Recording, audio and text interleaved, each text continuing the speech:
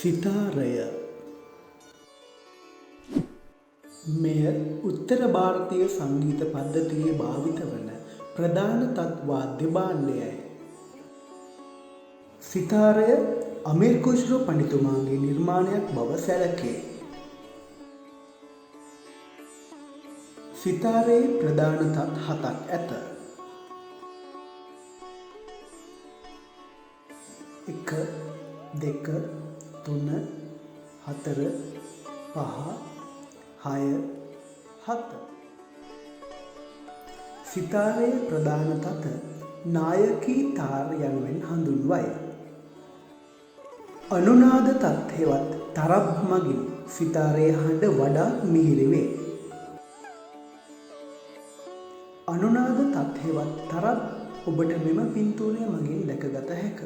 මෙහි හරස් අතට තිබෙන පර්දා නමින් හඳුන්වන පිත්තල කූරුවලට යටින් පිහිටි තත් අනුනාද හෙවත් තරබ් නමින් හැඳින්වේ.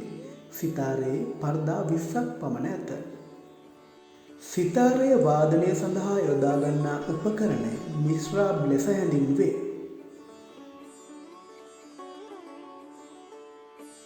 එය දකුණතේ දබරැඟිල්ලේ පැළඳ බ්‍රිජ් එක අසලින් තත පෙළමින් හඬ නිපදවයි. සිතාරයේ දිගැටි කොටස දැවයෙන් නිපදවා ඇති අතර එය දාණ්ඩිය ලෙස හඳුන්වයි. ගෙඩියක හැඩයකින් යුත් තුම්බාව වට්ටක්කා විශේෂයකින් නිපදවා ඇත. සිතාරය වාදනය කරන ඉන්දියානු ශිල්පීන් පණ්ඩිත් රවිශංකර්, උස්තාද් විලයාත් ખાન, පණ්ඩිත් නිඛිල් බැනර්ජී. සිතාරය වාදනය කරන ලංකාවේ දක්ෂ සිතාර් වාදකයින් ආචාර්ය නිර්මලා කුමාරි රොද්රිගු මහත්මිය, ශාස්ත්‍රපති ප්‍රදීප් රත්නායක මහතා, සංගීතඥ ලයනල් එදිරිසිංහ මහතා. ගිටාරය අපරදිග සංගීතයට අයත් තත් වාද්‍ය භාණ්ඩයක් වුවත් මෙය අද වන විට පෙරදිග රටවලද ජනප්‍රියව ඇති තත් වාද්‍ය භාණ්ඩයකි. මෙහි ආරම්භය සිදු වී ඇත්තේ ස්පාඤ්ඤයේ බව සඳහන් වේ. යුරෝපීය තත් භාණ්ඩ අතරින් ගිටාරයට ලැබෙන්නේ සුවිශේෂී ස්ථානයකි. හින්දුස්ථානී රාගධාරී සංගීතයේ ශාස්ත්‍රීය වාදන ඉදිරිපත් කිරීමටද ගිටාරය යොදා ගැනේ. සාමාන්‍ය ගිටාරයක තත් 6කි. ගිටාරය සුසර කරන්නේ මෙම ස්වරවලටය. ඒවා පෙරදිග ක්‍රමයට මෙසේය. මන්ද්‍ර ගා, මන්ද්‍ර ධා, මධ්‍ය රී, මධ්‍ය පා, මධ්‍ය නී, උච්ච ගා. ගිටාරයේ ශුද්ධ ස්වර පිහිටන ආකාරය.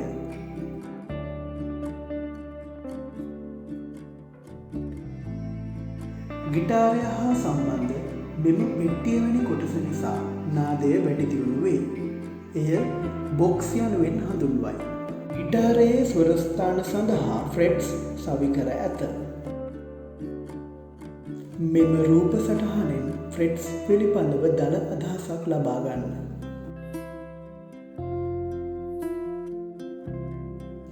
ගිටාරය භාවිතා කරන අවස්ථා සම්භාව්‍ය සංගීතයේදී, ජන සංගීතයේදී, ව්‍යවහාරික සංගීතයේදී.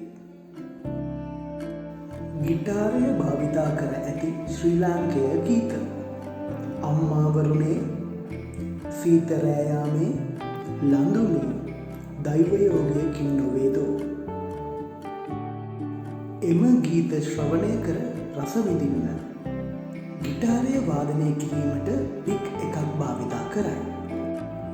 පික් එකක ස්වරූපය පසුතලයේ තිබෙන ඡායාරූප මගින් ඔබට දැකගත හැක.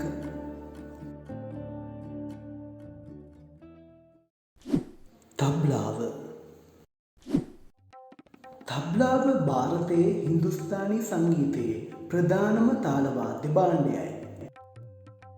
තබ්ලාවේ නිර්මාතෘ අමීර් ඛුස්රෝ පඬිතුමාය. මුල් කාලයේ ඉන්දියාවේ භාවිත වූ තාලවාද්‍ය භාණ්ඩය පක්වාජයයි. පක්වාජය උපයෝගී කරගෙන ඒ ඇසුරෙන් තබ්ලාව නිපදවා ඇත. ඒ අනුව පක්වාජය කොටස් දෙකකට වෙන් කර තබ්ලාව නිපදවා ඇත. තබ්ලාවේ කොටස් දෙක දායාම් සහ බායාම් යනුවෙන් හඳුන්වයි. තරමක් විශාල කොටස හඳුන්වනු ලබන්නේ බායාම් යනුවෙනි. එය ලෝහයෙන් නිපදවා ඇත. කුඩා කොටස හඳුන්වනු ලබන්නේ දායාම් යන නමිනි. එය දැවයෙන් නිපදවා ඇත. ඉන්දියාවට අමතරව හින්දුස්ථානී රාගධාරී සංගීතය භාවිත රටවල් අතරින් ලංකාවේද තබ්ලාව ජනප්‍රිය තාලවාද්‍ය භාණ්ඩයකි. තබ්ලා වාදනයේ දස්කම් දක්වන ඉන්දියානු ශිල්පීන් උස්තාද් ශකීර් හුසේන්, නැසීගිය වාද්‍ය ශිල්පී අල්ලා රක්කා, ශාන්ත ප්‍රසාද්, ලාංකේය තබ්ලා වාදකයින් විජේරත්න රණතුංග මහතා, ඩී.ආර්. පීරිස් මහතා, චානක පීරිස් මහතා, පේෂණ මනෝජ් මහතා, චන්ද්‍රලාල් අමරකෝන් මහතා, රංග දිනුෂ පෙරේරා මහතා, ගයානාත් දානායක මහතා. වයලීනය. වයලීනය පෙරදිග අපරදිග සංගීත පද්ධති දෙකෙහිම භාවිත කරන තත් භාණ්ඩ වර්ගයට අයත් දැවයෙන් නිම කළ සංගීත භාණ්ඩයකි. මෙය තත් 4කින් යුක්තය. වයලීනය ලොව පුරා පවතින ශාස්ත්‍රීය මෙන්ම සරල සංගීතයෙහිද භාවිත වේ. උතුරු ඉන්දියානු සංගීතයෙහි හා දකුණු ඉන්දියානු කර්නාටක සංගීතයේද වයලීනය භාවිත වේ. වයලීනය වාදනය කරන්නේ බෝ එක මගිනි. එය අලුව යනුවෙන් හඳුන්වයි. වයලීනය බටහිර සංගීත භාණ්ඩයක් ලෙස සැලකුවත් මෙහි ආරම්භය ශ්‍රී ලංකාවේ විසූ බලසම්පන්න රජෙකු ලෙස සැලකෙන රාවණ රජු විසින් නිර්මාණය කරන ලද රාවණ හස්තම් නැමැති භාණ්ඩය ඇසුරෙන් බව ජනප්‍රවාදයේ කියවේ. වයලීනය බටහිර සංගීතයට නැඹුරු වූ සංගීත භාණ්ඩයකි.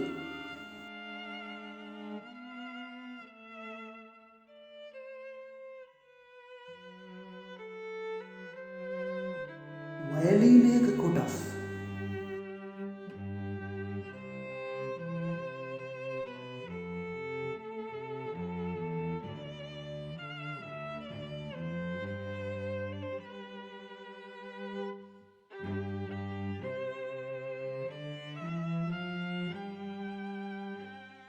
ලංකාවේ වයලීන් වාදකයින් ඩී.ඩී. ගුණසේන මහතා, ඩබ්ලිව්.ඩී. අමරදේව මහතා. බටනලාව. මෙය ගැමියන් හා ගොපල්ලන් අතර ප්‍රචලිත වී දියුණු සංගීත ක්‍රමයන් හා සම්බන්ධව දියුණු තත්ත්වයට පැමිණි සංගීත භාණ්ඩයක් වේ. ඉතා මිහිරි හඬක් නිපදවන ඉන්දියානු ශාස්ත්‍රීය සංගීතයේ භාවිත වන බටනලාව නිෂ්පාදනය කොට ඇත්තේ බටලී භාවිතයෙනි. මෙහි සුළං පිබීම සඳහා සිදුරක් හා ඇඟිලි තබමින් ස්වර නිපදවා ගැනීම සඳහා සිදුරු 6කින් සමන්විතය. මෙහි පිඹින පැත්ත සම්පූර්ණයෙන්ම වසා ඇත. අනෙක් සංගීත භාණ්ඩයන්ට කිවන මිලට වඩා අඩු මිලකට බටනලා මිලදී ගත හැක. බටනලා වර්ග දෙකකි. තිරස් බටනලාව, සිරස් බටනලාව. තිරස් බටනලාව වාදනයේදී හරහට තබා ගනිමින් වාදනය කරයි. ඉදිරියේ ඇති රූප සටහන මගින් එය නිරීක්ෂණය කරන්න.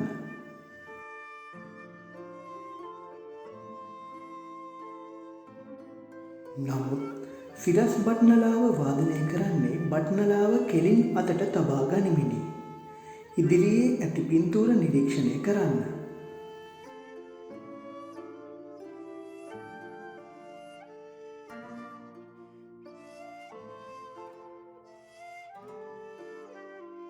නමුත් ඉන්දියානු හා ශ්‍රී ලාංකේය ශිල්පීය සංගීතයේදී බහුලව භාවිත කරන්නේ තිරස් බටනලාවයි.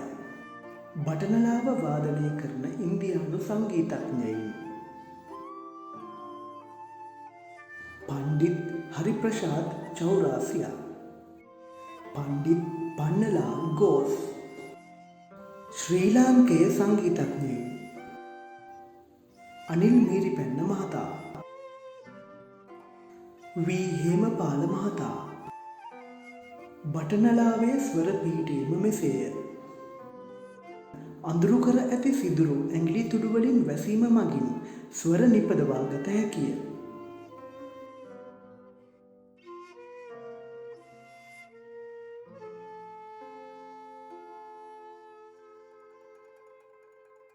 ග්ලොකන්ස්පීල්. මෙම සංගීත භාණ්ඩය එක් ස්වරයට ලෝහ පතුරු කැබැල්ලක් බැගින් සුසර කර නිමවා ඇති සංගීත භාණ්ඩයකි. කුඩා ප්‍රමාණයෙන් මෙන්ම විශාල ප්‍රමාණයෙන් මෙම භාණ්ඩ නිෂ්පාදනය කර ඇති අතර කුඩා ප්‍රමාණයේදී සප්තක 3ක හෝ 2.5ක පමණ ස්වර පිහිටවනු ලැබේ. දෑතට ගන්නා කෝඩු 2ක් වැනි උපකරණ දෙකකින් දෑතින්ම වාදනය කරනු ලබන අතර ස්වර දෙකක් එකවර හාමනි කරමින් වාදනය කිරීමේ හැකියාවද ඇත. මෙය වාදනයට ඉතා සරලය. යතුරු පූර්වක ස්වර පිහිටන ආකාරයටම ස්වර පිහිටා තිබේ. හාමෝනියම් නොහොත් සර්පිනාව. මෙම සංගීත භාණ්ඩය සුළඟේ ආධාරයෙන් හඬ නිපදවන සංගීත භාණ්ඩයක් නිසා ශුෂිර වාද්‍ය ගණයට අයත් වේ. මෙහි එක් ස්වරයට වෙන වෙනම නලාවක් සහ යතුරක් ඇති නිසා යතුරු පුවරු භාණ්ඩ හෝ ස්වර පුවරු භාණ්ඩ කීබෝඩ් ඉන්ස්ට්‍රුමන්ට් ලෙස වර්ග කළ හැකිය. උතුරු ඉන්දියානු සංගීතය තුළ හාමෝනියම් වාද්‍ය භාණ්ඩයට විශේෂ තැනක් හිමි වේ. වාදනය කරන ආකාරය අනුව, නලා පද්ධතිය අනුව, බැලෝ කරන ආකාරය අනුව සර්පිනා විවිධ වේ. ඒ අනුව මෙසේ සුවිශේෂතා දැකිය හැකිය. ෆුට් බැලෝ සර්පිනා. පාදයෙන් බැලෝ කොටස පාගමින් වායුව ඇතුළු කරමින් වයනු ලබන.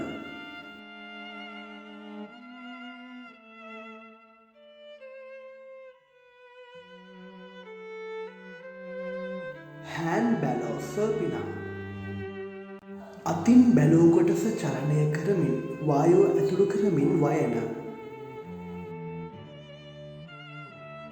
හෑන්ඩ් බැලෝ සර්පිනා වර්ග කිහිපයකි. තනි නලා පද්ධතියක් ඇති නලා සිංගල් රීඩ් හාමෝනියම්. නලා පද්ධති දෙකක් ඇති නලා ඩබල් රීඩ් හාමෝනියම්. නලා පද්ධති 3ක් ඇති නලා 3 සෙට් හාමෝනියම්. මීට අමතරව එක් ස්වරයට හිමි යතුරු හුවමාරු කළ හැකි සේ සැකසු ස්කේල් චේන්ජර් නම් වර්ගයක්ද ඇත. සර්පිනාවේ ස්වර පිහිටන ආකාරය.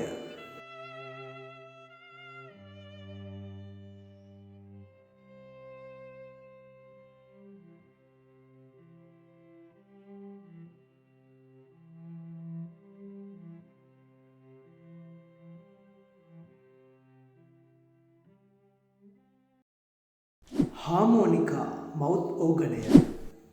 මෙය පිඹීමෙන් වාදනය කරනු ලබන පහසුවෙන් පරිහරණය කර හැකි ඉතාම කුඩා සරල වූ සංගීත භාණ්ඩයකි.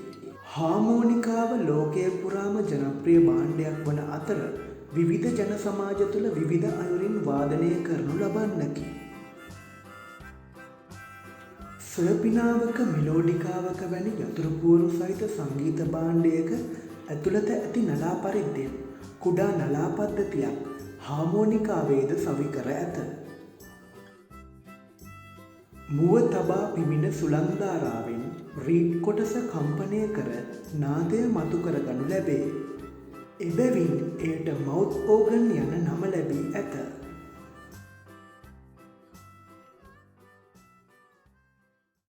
එස් රාජය. උතුරු ඉන්දියානු සංගීතයෙහි එස් රාජය නම් සංගීත භාණ්ඩය සාරංගි පවුලට අයත් තන්ත්‍රීය භාණ්ඩයකි. මෙය උතුරු ඉන්දිය හින්දුස්ථානී සංගීතයට අයත් ස්වර වාද්‍ය භාණ්ඩයකි. එස් රාජය ප්‍රචලිත වී ඇත්තේ බෙන්ගාල ප්‍රදේශයේය. ඉන්දියාවේ ශාන්තිනිකේතනය මෙම භාණ්ඩය උගන්වන ප්‍රධාන අධ්‍යාපන ආයතනයයි. රබීන්ද්‍ර සංගීතය හෙවත් වංග සංගීතය සඳහා බහුලව මෙය භාවිතා කරයි. ප්‍රධාන තත් 4කින් යුක්තය. ස්වර උපදවා ගනු ලබන්නේ මුලින්ම පිහිටා ඇති ප්‍රධාන තතිනි. එය මන්ත්‍ර මාස්වරයට සුසර කරනු ලබයි. මෙහි දාණ්ඩිය හා තුම්බාව දැවයෙන් නිපදවා ඇත. තුම්බාව දාණ්ඩිය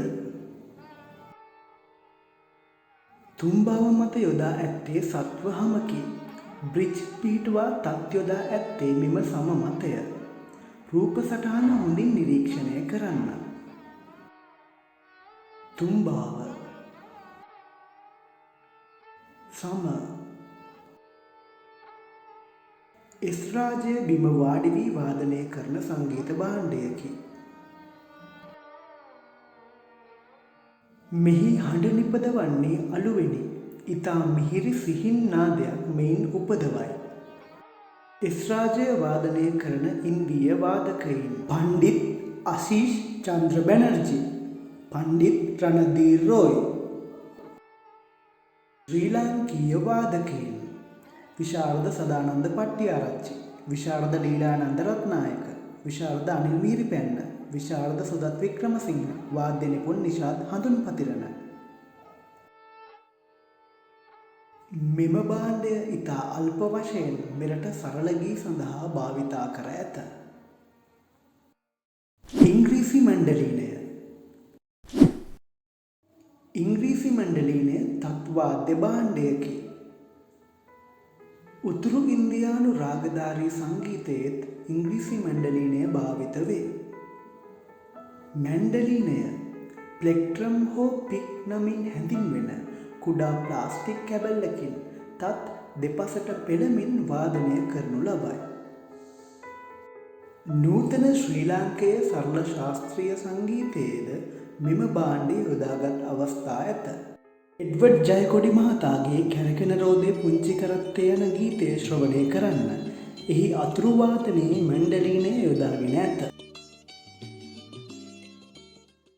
මැන්ඩලීනයේ තත් සුසර කරනු ලබන්නේ වයලීනයේ ක්‍රමයටමය.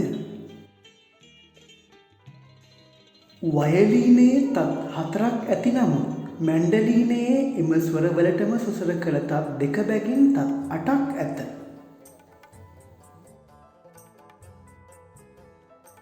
මැන්ඩලීනයේ ස්වර උත්පාදනය කිරීමට ඇඟිලි තබන පුවරුව ෆ්‍රෙට් බෝඩ්, ෆිංගර් බෝඩ් යනුවෙන් හැඳින්වේ. ශ්‍රී ලාංකීය දක්ෂ මැන්ඩලීන් වාදකයින් ලෙස වී හේමපාල මහතා, ඇන්තනි සුරේන්ද්‍ර මහතා හැඳින්විය හැකිය. රෙකෝඩර් ෆ්ලූට් නම් භාණ්ඩයද ශුෂිර වාද්‍ය භාණ්ඩයකි. එය ඉතාම සීරුවෙන් පිඹිමින් වාදනය කළ යුතු සංගීත භාණ්ඩයකි. බටහිර සංගීතයේ මෙය බහුලව භාවිත වේ. රෙකෝඩර් ෆ්ලූට් වර්ග 4කි. ඒවායේ හඬ අණුව එසේ වර්ග කර ඇත.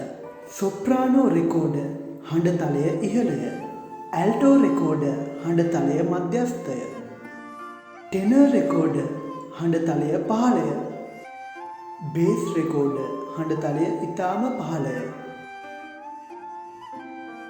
පිඹීමේදී සාමාන්‍ය බට්නලාවක් පිඹීම මෙන් වැරෙන් නොව ඉතා සියුම්ව සෙමින් පිඹිමින් ශබ්දය නිපදවා ගත යුතුය.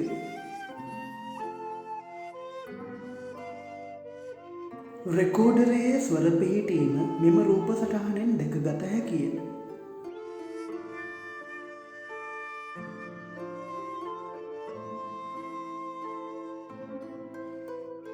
මෙසේ අඳුරු කර ඇති සිදුරු ඇඟිලි තුඩු වලින් වැසීමෙන් ස්වර නිපදවා ගත හැකිය.